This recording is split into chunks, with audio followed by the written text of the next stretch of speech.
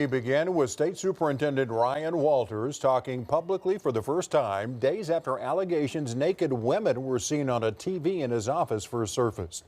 He calls it a coordinated attack and, quote, the nastiest, biggest lie ever made about a public official in Oklahoma. He also claims he's been cleared, but investigators tell us that's far from true.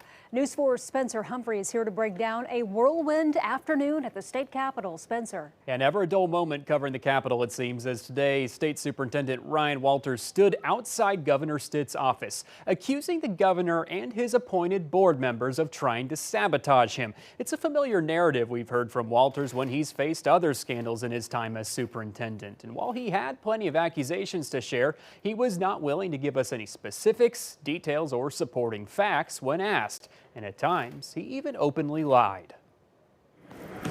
Superintendent Walters. There went State Superintendent Ryan Walters away from our cameras Tuesday. Facts from your office and they've not responded. Ignoring our questions after abruptly ending a press conference that was heavy on accusations. And these board members decided to construct a lie to destroy my character. But light on specifics or answers. Say that the media is not getting the facts.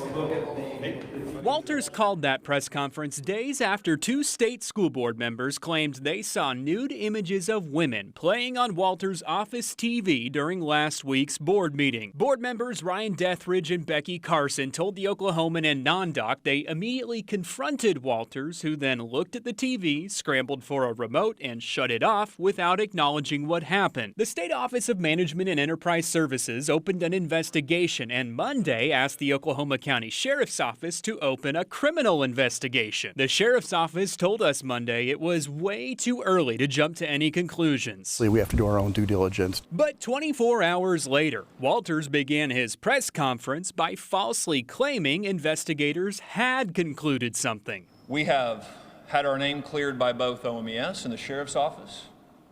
There is nothing scandalous that I was a part of whatsoever. The Sheriff's Office telling us Tuesday that's not even close to true. Well, that simply isn't the case. Our investigation is still ongoing. In fact, I would categorize it as being in its infancy. This is going to be a very thorough investigation. Walters went on to lay into the Governor Stitt appointed board members who made the claims about his TV. I cannot begin to describe the disgusting nature of the lies leveled against me by board members. They should resign immediately in disgrace for the lies that they've told. He also pointed his aim at Governor Stitt, accusing the man who once endorsed him of political sabotage. Did he direct these board members to lie about me?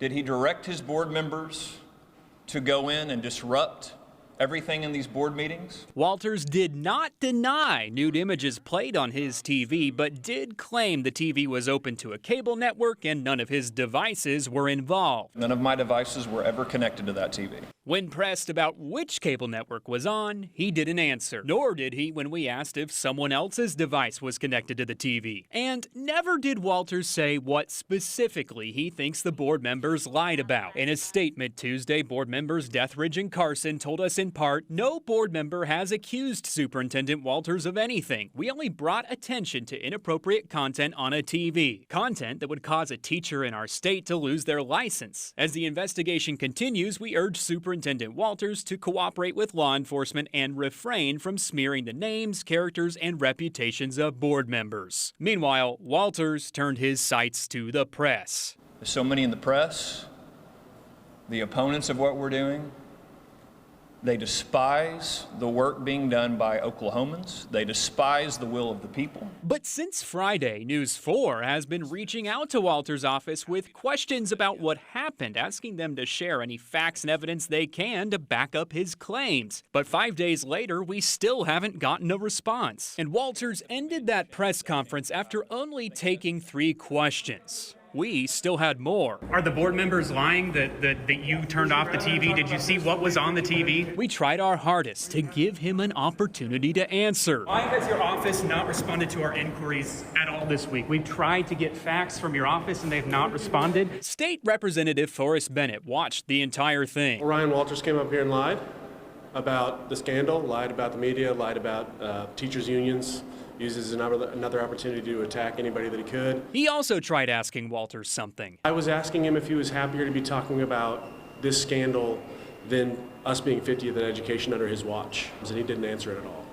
He did tell me he was jealous of my hair, though. A flippant attitude, he says no citizen of this state should tolerate. This is a scandal that shows he's a childish, immature, irresponsible politician. This is a serious dereliction of duty.